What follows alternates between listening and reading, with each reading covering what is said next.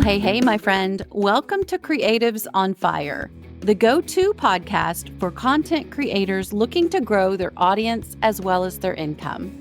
I'm so excited you're here. I'm your host, Melanie Ferguson. Well, hey, welcome back to the podcast, my friend. This week, we are going to tackle something that has been really heavy on my heart lately, which is deciding if you are really doing what you're supposed to be doing. All right. So when it comes to your purpose and deciding if it's what you're supposed to really be doing, what you're kind of doing every day, I know for me, this is like a confession time. Lately, I have been waffling mentally. So mentally waffling, what does that mean? Do you like waffles or pancakes? I feel like I'm getting off track, but I'm just curious. I like them both. But when it comes to making decisions, I do struggle with decision fatigue. And I'm going to link an episode below for you to check out all about decision fatigue. But mentally waffling is just when we spend time avoiding making a decision. Like instead of just not being sure and choosing, we are just avoiding it altogether. And some of this kind of started during the past Google updates where a lot of my traffic from Google was taken away overnight.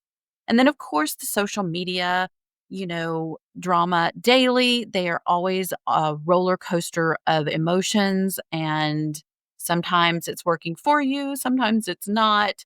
So it all kind of comes together to make me sometimes question if what I'm doing is really what I'm supposed to be doing. So a lot of people are asking or have asked in the past, is blogging dead? And I think for me, my question was more, is it dead for me? Or is blogging still even for me? Is it what I'm supposed to be doing? So I want to encourage you, don't do what I did. So when these questions came up in my mind, I kind of got paralyzed for a minute and I froze and I literally stopped posting. And I don't want you to do that. I think it's a better technique to simply slow down, take inventory. So sometimes I look back at stories like from childhood, and one of them that came to mind when I was thinking about this episode was Goldilocks and the Three Bears. So the story goes, she came across this little cabin and she opened the door and she saw three beds, three bowls of porridge, three chairs, and she didn't sit there at the door and spend the entire story wondering, I wonder which one of these is best. I wonder which one of these I'm supposed to use. She took action. She did not freeze. She actually just slowed down and started testing. She tested the first bed and she said, this bed is way too hard. This will never do. She knew immediately it wasn't for her. Then she tried and tested the second bed and she was like, this one is so much better, but it's still really, really soft and it's just not going to work for me in the long term. And then she decided to go ahead and move forward instead of giving up and saying, these beds just aren't working. Maybe I don't really need a bed. She's like, nope, there's another bed. I'm going to keep testing. She tried the third bed and she was like, voila, it's perfect. I absolutely love it. And it was a fit for her. She continued to do this with all of the things in the cabin. She found the perfect chair. She found the perfect porridge, just right. It wasn't too hot, wasn't too cold. And I feel like there's a lesson there for us. I feel like we need to look at all of the opportunities out there, all the things that we're working on, and kind of put them through a process where we are testing them in our lives and seeing if they are right for us. Are we serving in what I like to call our sweet spot? I want to share with you 7 clues or 7 ways that you can sit and evaluate to use to decide if you are doing what you're supposed to be doing. All right. So the first idea is, does what you're doing capture your imagination and inspire you every day? It should do that. It should do that. It may not at first until you get real used to it. Like you don't want to just immediately be like, okay, so how going back to Goldilocks, how she had tested each of the beds. Well, nowadays they give you one. I don't know how long it's been since you bought a mattress, but they give you like 90 days sometimes for free to sleep on that mattress and see if it's a fit. And that is so valuable. I feel like there's the lesson that you cannot just try something for a hot minute and be like, yeah, no, it wasn't easy. I don't love it. It didn't inspire me every 5 seconds. No, you've got to give it a chance. Try it on for 90 days, give it your best, and then decide. Then decide if it is something that's going to inspire you moving forward. All right. Number two, when things are super hard or you experience setbacks, frustration, and difficulties over it is what you're doing, but you never give up. You never give up on it. That is a huge clue that it is exactly where you're supposed to be. Number three, not everyone is as enthusiastic about it as you. So I will bring that back to the blogging for me. When I was frozen, I was spending a lot of time looking around at what others were thinking and they're waffling mentally. And they were all saying they're quitting, they're going to get other jobs. It's just too hard. Things are taking over, AIs come in. And really what I felt like was happening was things are just pivoting. Things are just moving. People do not like change. I don't like change, but it comes. It always comes. And so I feel like when other people aren't as enthusiastic about the future of something as you are, you're probably right where you need to be. There's a reason you're still enthusiastic and excited. Sometimes I call it the Pollyanna syndrome, which I do have. I always am like glass half full. All right. The fourth clue that you are doing what you're supposed to be doing is it consumes your thinking. It literally gets you up each day. You are immediately thinking about it and it puts you to bed each night. You're still thinking about it, whether that be something you haven't done, you need to get done, you love it, you want to work on something. It's just something that sort of consumes you in a good way, a healthy way. So that's a good sign. Number five, it seems to define who you are and shape your life. So what I mean by that is when people know you and they get to know you, they typically can only get to know you for one thing. I learned this really hard lesson a long time ago.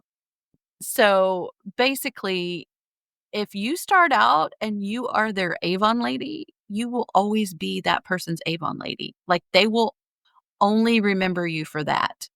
We're busy people. We have things pulling at us in tons of different directions. So whatever you put your stake in the ground and say, hey, this is what I'm going to be known for, that's typically what the people you meet during that time frame of your life will remember you for. It does not matter how much you change and how much you leave the other behind. That's what they're going to remember. So if you are blogging and you've been blogging for 6, 7, 8 years, like myself, people know I'm a blogger now. That is what the people I've met in the last 6, 7, 8 years will know me as. The people who knew me starting back when I was in real estate for 20 years, they probably still think I'm a realtor. And that is what people identify with you. So it seems what you're doing right now seems to define who you are and shape your life. Number 6, clue that you're doing what you're supposed to be doing is it seems difficult to others, but comes much easier to you. I'm not saying that it's easy, but it's easier to you than to others. So some people won't even attempt it because they look at that and it's just too big of a mountain to climb. They don't even want to go there. But you are so excited and enthusiastic about it that you're willing to climb the mountain. In fact, you're not finding it to be that hard, that difficult. That is a huge sign that it is something you are supposed to be doing. Okay, my friend, let's get to number 7. This is the clue that you are working in your sweet spot. It is where your purpose, passion, and potential connect. They all come together. So if you're not sure what your passion is, I am going to link an episode here called Creating or Pinpointing Your Passion. I will put that below. but it's literally a free course that I use to walk you through all of the things that you need to get clarity on what it is you should be doing. It doesn't mean that that's the one thing you're going to stick to the rest of your life, but it's what you're going to start with. It's what's going to create the most success, the most momentum in your business. So, finding that connection, that intersection of purpose, passion, and potential is how you will know you're living and serving in your sweet spot. So, when we talk about purpose, that's something bigger than we are. We talk about passion, that's the thing that drives us. And potential is our talent. This is something God given. We cannot create this on our own. This is something that it's kind of like if He's made you able to do it, then you're probably supposed to do it. Okay. And it's not everything you're able to do, but the thing that, again, other people find difficult, but you're able to do it, you probably are supposed to be doing it. So I hope that when you sit down and you are unsure of things, you're unsure of the status of, what it is that you're doing, if it's viable for the future, if you should even continue, that you sit and reflect on these 7 clues and decide if it's not something you're supposed to continue. I know that when I was a little bit frustrated and a little bit, a lot frozen, I think I went, oh my goodness, y'all. I've posted every single week, multiple times a week for the last 7 to 8 years. And I think I posted twice in 30 days. It was serious. It was serious. But I had to sit down, and I want you to do this as well if you're in the same spot. Sit down and think about why you started. Why did you start this business? Why did you start blogging? Like, what was it that got you started and you were so excited about? For me, it was the time freedom, which it still affords. It was the limitless income opportunity, which it still offers. It looks a little different because my traffic is coming from different sources than it did in the past. You also can diversify your income opportunities, which I am doing. I feel like the opportunities are still there. They're just looking a little different than they did when I started.